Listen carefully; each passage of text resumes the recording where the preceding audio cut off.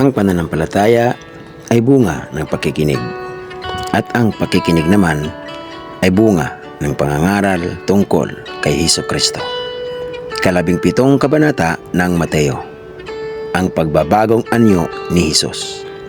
Pagkaraan ng 6 na araw, isinama ni Hesus si Pedro at ang magkapatid na Santiago at Juan at sila'y umakyat sa isang mataas na bundok. Habang sila'y naroon, nakita nilang nagbago ang anyo ni Hesus. Nagliwanag na parang araw ang kanyang mukha at nagningning sa kaputian ang kanyang damit. Nakita ng 3 alagad, sina Moises at Elias, na nakikipag-usap kay Hesus. Sinabi ni Pedro kay Hesus, "Panginoon, mabutit naririto kami. Kung gusto po ninyo'y magtatayo ako ng 3 tulda. Isa sa inyo, isa kay Moises at isa kay Elias." Habang nagsasalita pa si Pedro, nililiman sila ng napakaliwanag na ulap mula rito'y may tinig na nagsabi, "Ito ang minamahal kong anak, na lubos kong kinalulugdan. Pakinggan ninyo siya." Nang marinig ng mga alagad ang tinig, labis silang natakot at nagpatira pa. Ngunit nilapitan sila ni Hesus at hinawakan. "Tumayo kayo, huwag kayong matakot," sabi niya.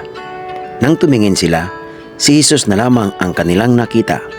Habang sila ay bumababa sa bundok, iniutos sa kanila ni Hesus, "Huwag ninyong sasabihin kanino man ang tungkol sa pangitain hanggat hindi muling mabubuhay ang anak ng tao." Tinanong siya ng mga alagad, "Bakit po sinasabi ng mga tagapagturo ng kautusan na dapat mo nang dumating si Elias?" Sumagot siya, "Darating nga si Elias upang ihanda ang lahat ng bagay. At sinasabi ko sa inyo, dumating na si Elias, ngunit hindi siya kinikilala ng mga tao, at ginawa nila kay Elias ang gusto nila. Kaya tulad ng ginawa sa kanya, pahihirapan din nila ang anak ng tao." Naunawaan ng mga alagad na si Juan na tagapagbautismo ang tinutukoy niya. Pinagaling ni Hesus ang batang sinasaniban ng demonyo. Pagbalik nila sa maraming tao, lumapit kay Hesus ang isang lalaki at lumuhod ito sa harap niya at nagsabi, "Ginoo, maawa po kayo sa anak ko. Siya po'y may epilepsya at lubhang nahihirapan. Madalas po siyang mabuwal sa apoy o kaya'y mahulog sa tubig. Dinala ko po siya sa inyong mga alagad, ngunit siya hindi nila mapagaling."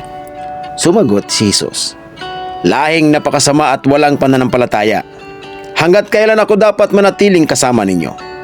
Hanggang kailan ko kayo pagtitiisan? Dalhin ninyo rito ang bata." Inutusan ni Hesus ang demonyo na lumabas sa bata at ang batay gumaling agad. Pagkatapos nang sila na lamang, lumapit ang mga alagad at tinanong si Hesus, "Bakit hindi po namin mapalayas ang demonyo?" Sumagot siya, "Dahil sa maliit ang inyong pananampalataya. Tandaan ninyo, kung kayo'y may pananampalataya sa Diyos na sinlaki ng buto ng mustasa, maaaring ninyong sabihin sa bundok na ito, 'Lumapit ka roon,' at ito'y lilipat nga.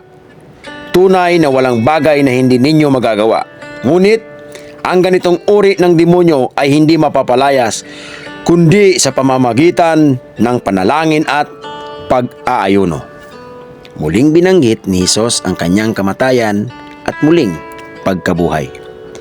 Nang magkatipon sa Galilea ang mga alagad, sinabi sa kanila ni Hesus, "Ang anak ng tao ay pagkakanulo at papatayin, ngunit siya'y muling mabubuhay sa 3 araw." At sila'y lubhang nalungkot. Pagbabayad ng buwis para sa templo. Pagdating nila sa Capernaum, lumapit kay Pedro ang mga maniningil ng buwis para sa templo.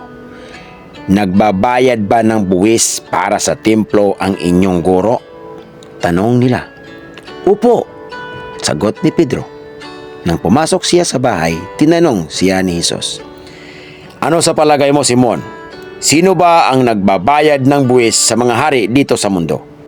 Ang mga mamamayan ba o ang mga dayuhan?" "Ang mga dayuhan po," tugon ni Pedro. Sinabi ni Hesus, "Kung gayon, hindi dapat magbayad ang mga mamamayan.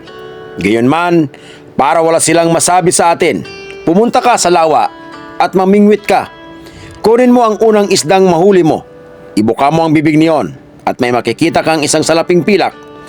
Kunin mo yon at ibayad mo para sa buwis nating dalawa.